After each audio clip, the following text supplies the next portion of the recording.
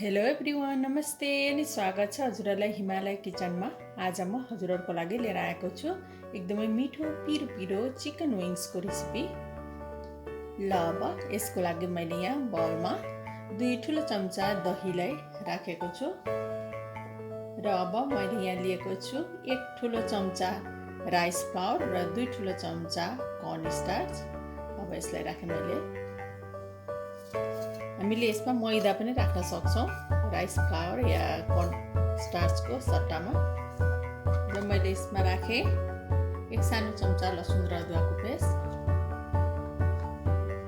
त्यसैगरी थोरै नुन राखे मैले आफ्नो स्वाद अनुसार, आधा सानो चम्चा काश्मिरी रातो खुर्सानीको धुलो, आधा सानो चम्चा जिरा र धनियाको पाउडर, 1 सानो चम्चा कागतीको रस, 1 ठुलो चम्चा जति पानी राखेँ मैले। अब यसलाई मिक्स गरौँ राम्ररी एकचोटि।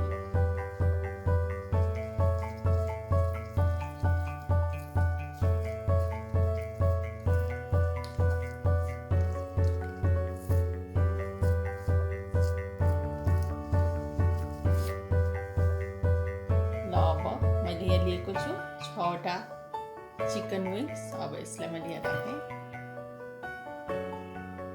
अब यो चिकन विङ्सलाई चाहिँ यसरी यो मसलाहरूमा राम्ररी कोट गर्नुपर्छ।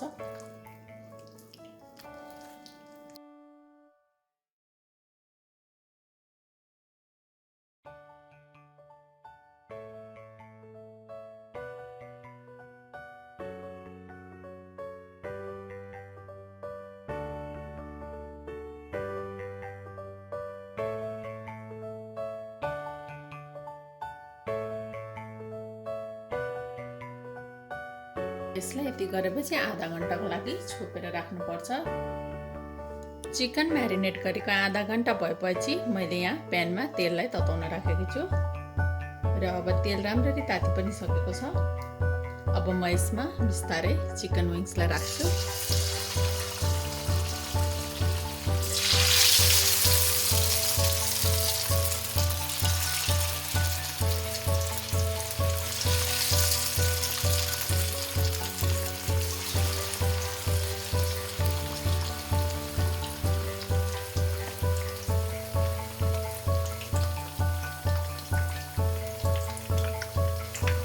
अब यसलाई चाहिँ रातो र क्रिस्पी हुने बेलासम्म यसमा फ्राई गर्नुपर्छ।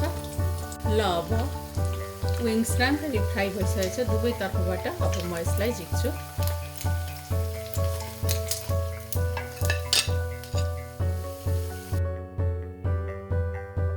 र मैले फेरि यहाँ प्यान बसाएँ र प्यानमा मैले तताउन राखेको छु 1 ठुलो चम्चा तेल। र तेल तातेपछि मैले यसमा राखेँ फेरि 1 सानो चम्चा लसुन र अदुवाको पेस्ट, 1/4 चम्चा बेसार, आधा सानो चम्चा काश्मिरी रातो खुर्सानीको धुलो,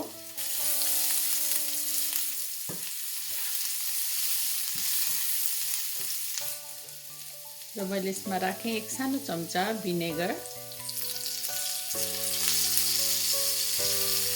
1 सानो चम्चा सोया सस,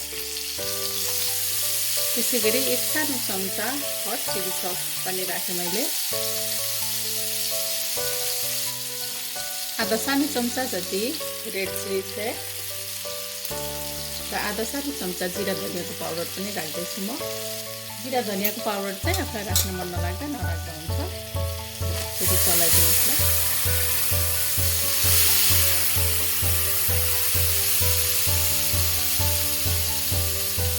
अब मैले यसमा राखेँ अघि बनाएको चिकन विङ्स।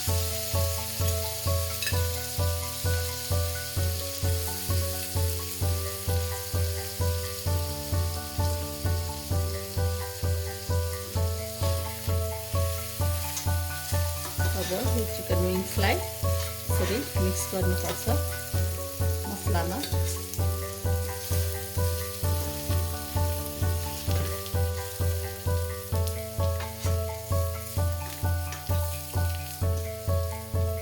यसमा टोमेटो केचप पनि राख्न सक्नुहुन्छ हजुरहरूले।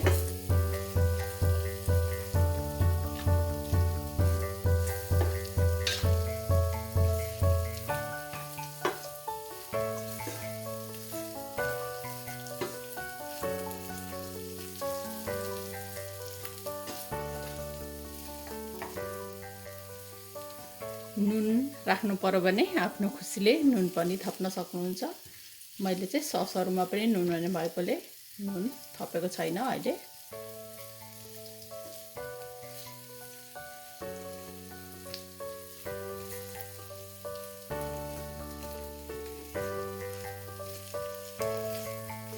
अब 1 मिनट जति यसमा यसलाई पकाउने।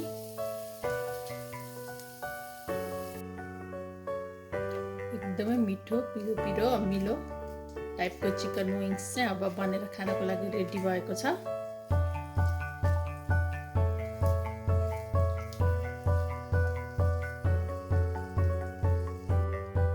मिठो पिरो यम्मी चिकन विङ्स चाहिँ अब यसरी बनेर खानको लागि रेडी भएको छ। हजुरहरू पनि यसै गरी चिकन विङ्स बनाएर अवश्य पनि इन्जोय गर्नुहोला। हस् त, यो रेसिपी हजुरहरूलाई राम्रो लाग्यो भने हाम्रो भिडियोलाई लाइक कमेन्ट सेयर गरिदिनु होला।